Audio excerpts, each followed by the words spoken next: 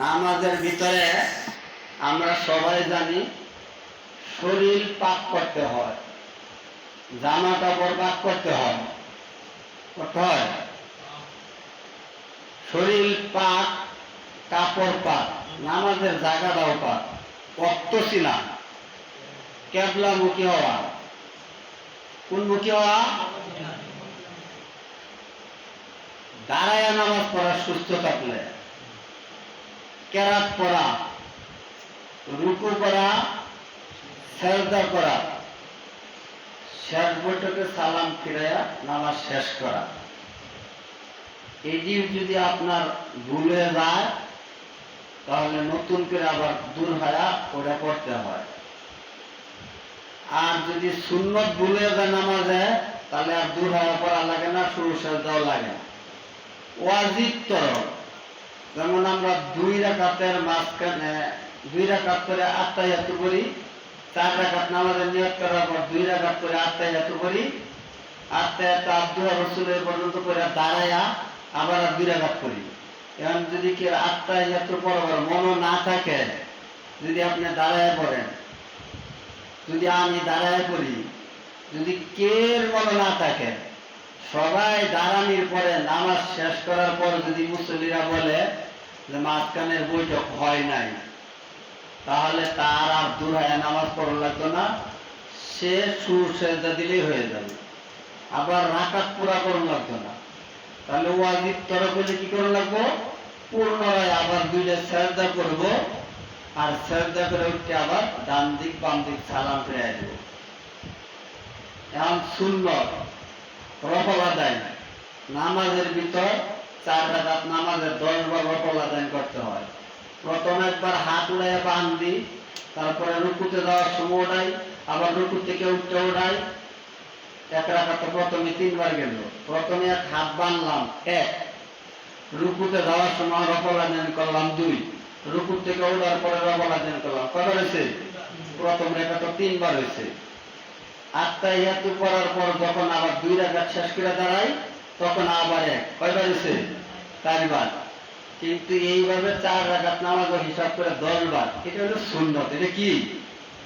রব্বানা লাকাল হামদ হামদান কাসিরান তয়্যিবান মুবারাকান ফি, এটা বলা সুন্নাত। এটা যদি কেউ না বলে, রফল আদায় যদি কেউ মনে না থাকে, ভুলে যদি না ওঠা, যদি কেউ মনে না থাকে, ভুলে যদি কেউ না ওঠা, তাহলে তার নামাজ নষ্ট হয় না, নামাজের কোনো ক্ষতিপূরণের দরকার নাই, আফসোস করারও দরকার নাই। এখন আমরা 2 সেজদার মাঝখানে বসা আল্লাহুম্মা গফিরলি ওয়ারহামনি ওয়াহদিনি ওয়াআফিনি ওয়ারযুকনি, এটা বলা সুন্নাত। যদি না বলি তাহলে কি নাই, এটা না বললেও আপনার নামাজ ব্যাঘাত হয় না, নামাজ নষ্ট হয় না। সেজদায় যায় সুবহানা রাব্বিয়াল আলা একবার বলা ফরজ, 3 বার বলা সুন্নাত। ইমাম সাহেব যতক্ষণ সেজদায় আছে অগণিত বলতেই থাকবেন, ওনার গুনাহগাতা নাই, এটি বলা সুন্নাত। যদি কেউ একবারও না বলে তাহলে তার নামাজ আবার ওই রাকাত দূরায় পড়তে হয়। 3 বার বলা সুন্নাত। যদি কেউ সুবহানা রাব্বিয়াল আলা একবার করে সে যদি সেজদা থেকে উঠতে পারে তাহলে তার নামাজ নষ্ট হয় না। আবার সেজদায় যাওয়ার পর হাত কোনি খাড়া রাখা, নিচে দিলে না বকরির বাচ্চা যেতে পারে, এটা খাড়া রাখা সুন্নত। অনেকে না জানে বলেন ফরজ, এটা সুন্নত। যদি কেউ অসুস্থের কারণে, কেউ যদি ভুলে, কেউ যদি সমস্যার কারণে পড়ে যায়, এটা নিয়ে খুশাখুশি করেন, কিন্তু ফরজের দাব দাঁড়েন না। ফরজ বলছিলাম শরীর পাক, এবার 2টা জিনিসই জিজ্ঞাসা করবো 13টার ভিতরে, 2টার বাকিটা না, এত সময় নাই, 2টা জিনিসই উত্তর দিবেন। পাক আর না পাক 2 ধরনের। কয় ধরনের? 2 ধরনের। একটা হলো নাফাকে খফিফা, আর একটা হলো নাফাকে নাজাসা। পবিত্রতা 2 ধরনের। একটা হলো আত্মহুরু শাত্রুল ঈমান, পবিত্রতা ঈমানের অংশ। এখন আপনি যে শরীর পাক করবেন, এই পাক কিভাবে করবেন কেউ একজন বলবেন? কিভাবে শরীর পাক করবেন আর কাপড় কিভাবে পাক করবেন বলবেন কেউ? আপনারা তো সবাই ফতোয়া দিতে পারেন, মসজিদে বসে একবারে সবাই লাগায় দেন ধুম, সুন্নত পড়তেছে, সময় নাই, আপনারা লাগাইছেন সবাই, এটি নিষেধ। একজন কথা বলবেন, বাকিটি শুনবেন। কিন্তু সবাই একসাথে লাগাই দিলে তার নাম কি বলতে পারবেন? তার নাম কি সবাই একসাথে লাগাই দিলে? তার নাম বাজার। বাজারে সবাই গাও গাও করে একসাথে, এই কত চাষ এত চাই, চাপাচাপি লাগাই দেয়। বাজার আস্তে আস্তে গল্প হয়, আপনি আড়ালে আধা মেলে আড়ালে বসে শুনে ওখানে শোনা যায়। সবাই মিলে কথা শুরু করলে সেটার নাম মসজিদ থাকে না, সেটা মজলিস থাকে না। মজলিসে কথা বলবে একজন, বাকিরই শুনবে। মজলিসে বসার, কথা বলার, কথা শোনার আদব সব কোরআনে আছে।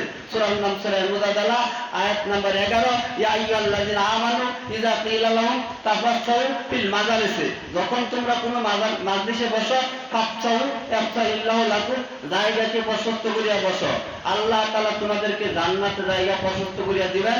আর কোরআন হাদিসের মাজলিসে বসার সময় ফাইজা কুরিয়াল কুরআন ফাসতামিউ লাহু ওয়া আনসিতু লাআল্লাকুম তুরহামুন, চুপ করিয়া মনোযোগ সহকারে কথা শ্রবণ করো, তাহলে তোমার উপর আল্লাহর রহমত বর্ষিত হয়। এখন সবাই বলতে শুরু করে দেয় যে এটা করলে নামাজ হচ্ছে না, এটা করলে নামাজ হচ্ছে না, যে এটা করলে হয় না, এটা নিয়ে আজ পর্যন্ত মুসল্লির একদিনও দেখলাম না কথা বলতে। যেই কাজ করলে নামাজ হয় না, এই কাজ মুসল্লি একটাও বলে না। আর যেটা না করলেও কোনো সমস্যা নাই, এটা নিয়ে জাতাজাতি শুরু হয়। আসলে কিন্তু 10-20 কুর জমি লইয়া মার্ডার হয় না, বাতর লিয়ে মার্ডার হয়। বুঝাটাকে উত্তর দিবেন, এটা কিন্তু হাদিস বলছি না, কথাটা ঠিক না কি? 1 কুর জমি লইয়া মার্ডার হয় না, ওটা কেসের মাধ্যমে নিবাসটা। কিন্তু 4 আঙ্গুল বাতর ছাড়াছাড়ি লিয়ে গাড়ির মধ্যে কূপ মারে, পাড়া মারে, জাতা মারে। এই মেয়ে, এটা আপনারা মসজিদে আইসা করেন, সুন্নত নেকের ব্যক্তি হতো জাতাজাতি শুরু করে। এখন জিজ্ঞাসা করেন শরীর 2 ভাগে ভাগ করা হয়, বলেন তো দেখি 2 ভাগে কি কি ভাগ করে? একজনও বলতে পারবেন না। কাপড় 2 ভাগে ভাগ করতে হয়, বলেন তো 2 ভাগে কিভাবে ভাগ করবেন? কারণ তো ফতুয়া দিটা দরকার, এটা তো দিতে পারতেছেন না কেউ। আবার তো দেখা সবাই লাগাই দেন, সবাই মুক্তি হয়ে যান ওই সময়। শরীর 2 ভাগে ভাগ করতে হয়, কয় ভাগে? একটা হইলো হালাল খাবার দ্বারা, আর একটা হইলো অঙ্গের ভিতরে যদি কোনো কিছু লাগিয়া থাকে, ময়লা আবর্জনা, প্রস্রাব পায়খানা যদি লাগিয়া থাকে, এটা পানি দিয়ে ধৌত করা। একটা হইলো খাবার দ্বারা পবিত্রতা শরীর, কাপড় পবিত্রতা। বলেন তো দেখি 2টা কি ধরনের? একটা তো বললাম, বলেন তো দেখি। মনে করে যে নাকি এখানে কি ফেল করবেন, এখানে কি লজ্জার কিছু আছে? শিকার